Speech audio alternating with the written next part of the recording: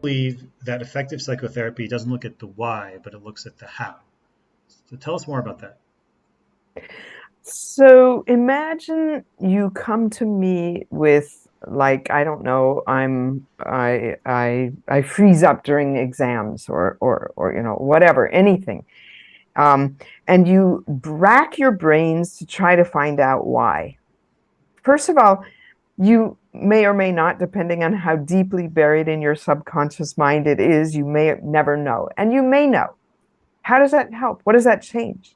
Okay, I had a little school trauma when I was, 5 years old or something, but that does not liberate you to choose to experience exams in a more empowered way. So, and also sometimes looking at why is a form of self-pummeling. Why am I this way? I have to figure it out. I have to get to the bottom of it. I should know what and so self-pummeling is extremely common. I think you'll agree with me as a colleague, and it's pernicious and it hides itself in funny ways. But so finding out why, or seeking to find out why, can again be a form of self-pummeling, and also does not liberate us from the pattern at hand. And so the how is, where do I go from here? How do I rewrite this? And sometimes doing inner work, which is my passion and my specialty, as we liberate the pattern, we'll see a scene. And the scene is how it got there. But we don't seek to find out how.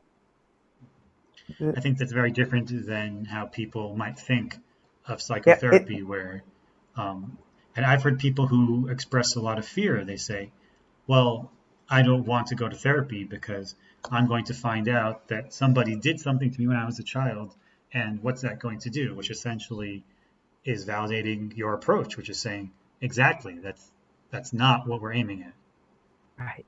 Although finding out what happened to you in childhood, the storyline renders us passive and powerless. And most of the time when we experience trauma, especially early trauma, we are passive and powerless. And so when that trauma gets triggered as adults, we go into this assumption that we're passive and powerless.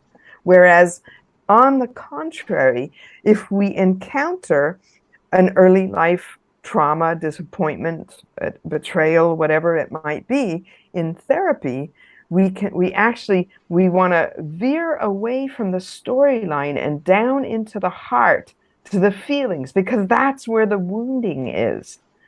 And when we tend to the feelings that kind of have a hold on us, it liberates the feelings, and we reclaim who we were before the trauma. We reclaim the part of ourselves that got locked into the trauma. And so we should absolutely not feel ashamed or afraid of discovering what happened to us, because it is the path to liberation. But we shouldn't look for what happened. We should look for the path to liberation. The focus is on freeing ourselves to become who we truly are. Reclaiming our power, reclaiming our authenticity, reclaiming our love, the ability to give and receive love freely. I like that.